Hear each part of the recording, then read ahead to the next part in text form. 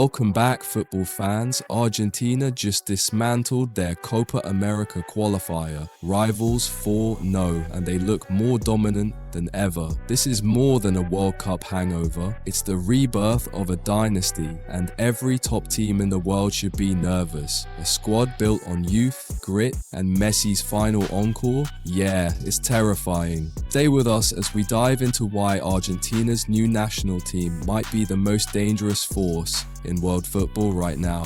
For a long time, Argentina was football's biggest heartbreak story. A nation overflowing with talent, Messi, Tevez, Higuain, Aguero, but no titles, no payoff. Just near misses and painful collapses. 2014 World Cup final, extra time heartbreak. Copa America 2015, lost on penalties. Copa America 2016, same script, different day. And Messi? He almost walked away from the national team entirely. Fans were tired, the players were broken, and the world, frankly, stopped fearing Argentina. But then something changed. Not just a few players, not just tactics.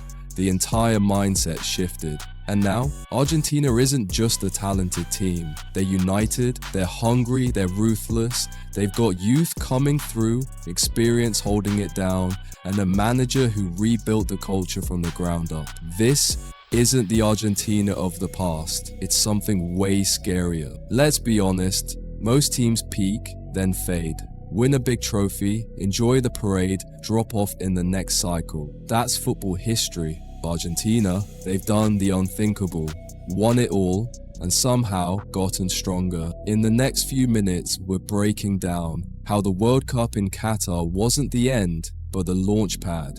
How Lionel Scaloni rebuilt the squad from the inside out. Why the new generation of players, Garnacho, Enzo, McAllister, Julian Alvarez, are already elite, and how Argentina now plays with a structure and confidence that makes them nearly impossible to break. We're not talking about a golden generation, we're talking about a footballing ecosystem built to last, built to win, and built to dominate the next 5 to 10 years. This is the Argentina you should be afraid of.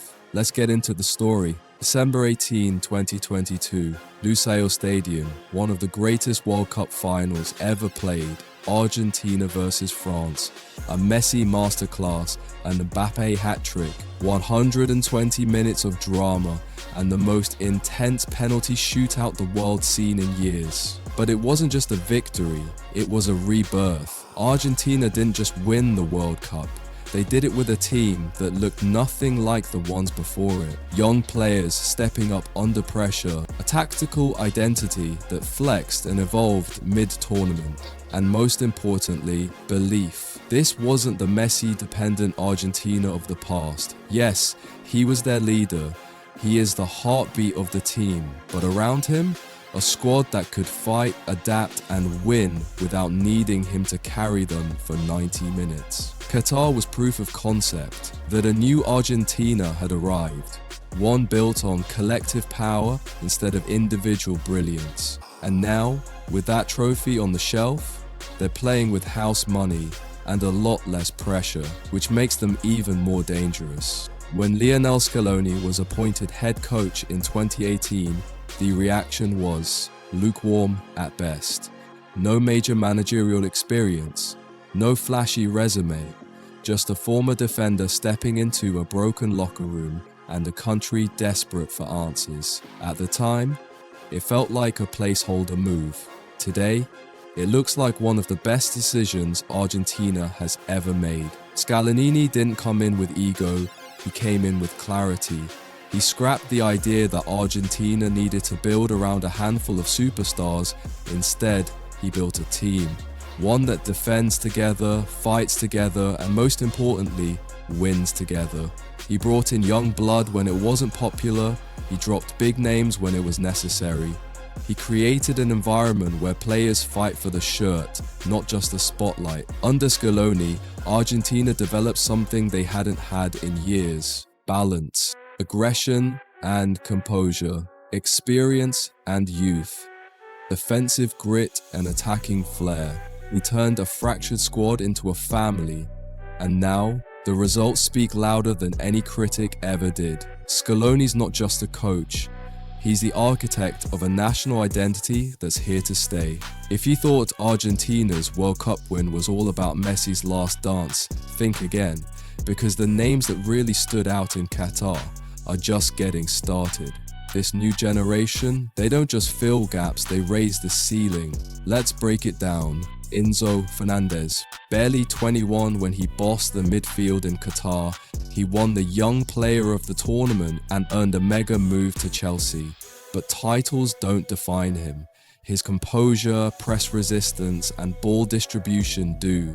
He doesn't play like a prospect. He plays like he's been controlling midfields for a decade. Julian Alvarez, overshadowed by Haaland at Man City, maybe. But for Argentina, he's the perfect no-9. Relentless pressing, clinical finishing, and the kind of work ethic that makes him indispensable. Scored 4 goals in a World Cup, and he's only just begun. Alexis Mac Allister, a silent killer. Elegant on the ball, but gritty when needed. He doesn't just keep the midfield ticking, he makes it harder to break. Now at Liverpool, and looking every bit like a long-term fixture in elite-level football. Alejandro Garnacho, still raw, still learning, but give him space, he'll skin you alive. This kid's got the arrogance of a street footballer and the pace to back it up. He's not next, he's now, and he's fearless. This isn't a youth movement. This is a second wave of destruction, under 25 and already world class. Argentina didn't win the World Cup and fade, they reloaded. And the scariest part, they're only going to get better. One of the biggest myths in football, that Argentina only works because of Messi. Here's the truth, this team doesn't rely on Messi, it amplifies him. Because under Scaloni, Argentina has built something rare in international football, a tactical identity that functions no matter who's on the pitch. Let's break it down. Defensively solid. Argentina no longer leaks goals in big games. They press as a unit, drop compact when needed, and reset shape instantly. It's not flashy, but it wins tournaments. Midfield fluidity. The midfield trio, Mac Allister, Enzo, De Paul, doesn't just control the game, it adapts mid-match. They can go high tempo, slow it down, absorb pressure, or suffocate you in possession. It's chess, not checkers. Attacking variation. They don't rely on one pattern. Messi can drop deep, Alvarez can run the channels, Di Maria, even at his age, still shows up in finals. Garnacho brings chaos. Lautaro brings physicality. It's an attack you can't prep for with a single plan. And most importantly, they don't panic. If you score on them, they don't spiral. If they miss chances, they stay calm. That kind of emotional maturity, it's what separates good sides from dynasties. Argentina used to rely on talent to bail them out. Now, they've got a system that carries the load and lets the talent shine naturally. Let's clear something up. Messi may be nearing the end of his career, but his impact on this team isn't fading, it's evolving. He's not the guy sprinting 90 minutes. He's not pressing like a madman or tracking back to win the ball. He doesn't have to, because what Messi brings now, clarity, timing, magic when it matters. In the World Cup, he scored 7, assisted 3, created chaos every time he touched the ball. But here's what made it terrifying. He finally had a team around him that let him breathe. No longer dragging the team on his back, now he's the tip of the spear, not the whole blade. And let's talk leadership. Messi isn't the quiet kid from 2006 anymore. He's vocal, animated, present. You can see it on the pitch. Players look to him for belief, not instruction. And even as the younger generation rises, they don't view him as a crutch. They see him as the blueprint. What Messi's given this team isn't just goals, he's given them a standard. One that lives on, even after he walks away. Argentina used to be Messi's burden. Now, he's their bonus. You want to know what really wins tournaments? Not the flashy goals, not the viral moments, it's the midfield. And Argentina's midfield right now, it's an absolute weapon. Forget just good in possession. This trio is built for control, chaos, and grit, all at once. Rodrigo de Paul, the bodyguard. He's not just Messi's enforcer, he's the glue guy. De Paul presses like a lunatic, tracks back, muscles attackers off the ball, and still has the vision to spark a counter. He doesn't care about headlines, he just wins duels. Enzo Fernandez. The metronome, need to escape a press? Give it to Enzo. Need a switch pass, line breaker, or tempo reset? Enzo. He sees the field like a veteran, moves like a winger, and thinks 2 passes ahead. He's not flashy, he's efficient, and terrifyingly mature. Alexius McAllister, the silent controller, he's the guy that disappears from highlight reels until you realize the entire midfield ran through him.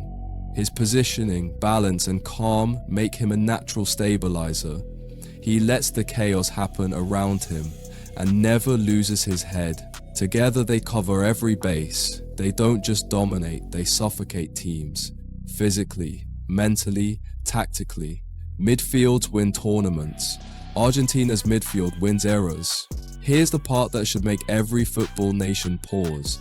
This Argentina team, they're not even at their final form. Yes, they're reigning world champions. Yes, they've won Copa America. Yes, they just steamrolled another qualification run. But look at the squad and you realize most of them haven't even hit their prime. Enzo, 23. Matt Alistair, 25. Julian Alvarez, 24. Garnacho, 19. Gvardiols, not Argentine, but you get the idea. Argentina's young core is stacked, and there's more coming. Players like Thiago Almada, Facundo Buonanotte, and Valentin Barco are on the rise, names you'll know very soon. This isn't a golden generation, this is a pipeline, built through youth development, smart scouting, and a system that doesn't chew talent up, it refines it. Other countries have stars. Argentina has a structure that keeps generating stars year after year. And now that the pressure's off, now that the team has tasted glory, they're not chasing validation, they're chasing legacy, which is why Argentina might not just win again, they might dominate the next decade. Let's be real, most national teams are still stuck in old habits. Call up the same aging stars, build the squad around 1 or 2 names, ignore form, ignore chemistry, hope for the best when the tournament starts. Argentina did that for years and it cost them, but now they've built a new blueprint and every serious football nation should be paying attention. Here's what they did differently. 1. Youth isn't a gamble, it's a necessity. Scaloni trusted the kids early, even when it meant benching big names. That faith created monsters. Hungry, fearless, and battle-tested. 2. Cohesion greater than star power. This isn't about collecting big names, it's about building a system where the parts make the whole stronger. Argentina's midfield has no Ballon d'Or winners, but they outplay everyone. 3. Legacy isn't a burden, it's fuel. Instead of letting Messi's presence paralyze the team, they used it as inspiration. A torch passed, not clung to. 4. Tactics win tournaments. Identity wins eras. Other teams still shift styles every cycle. Argentina, same grit, same spine. Plug and play, evolve without losing identity. Any federation watching this should be asking, are we planning for the next match or are we building for the next 5 years? Argentina isn't just back, they're ahead. If you're still thinking of Argentina as Messi's team, you're already behind, because what you're seeing now is a football machine built for the long game. They've got the talent, they've got the mentality, they've got the structure, and most importantly, they've figured out how to win without falling apart after winning. That's rare in international football. So whether you're a fan of Brazil, France, England, Germany, doesn't matter. If your team isn't adapting like Argentina, you're chasing shadows. This isn't hype, this is a warning. Because the World Cup win? That was just the beginning. What's coming next could reshape international football for a decade. So here's what you do. Rewatch their games, not just the highlights. Study how they move off the ball, how they press, how they adjust. Subscribe to Stay Locked In. We've got breakdowns coming on Garnacho, Enzo, and Scaloni's full system. Argentina isn't waiting for the world to catch up. They're already gone.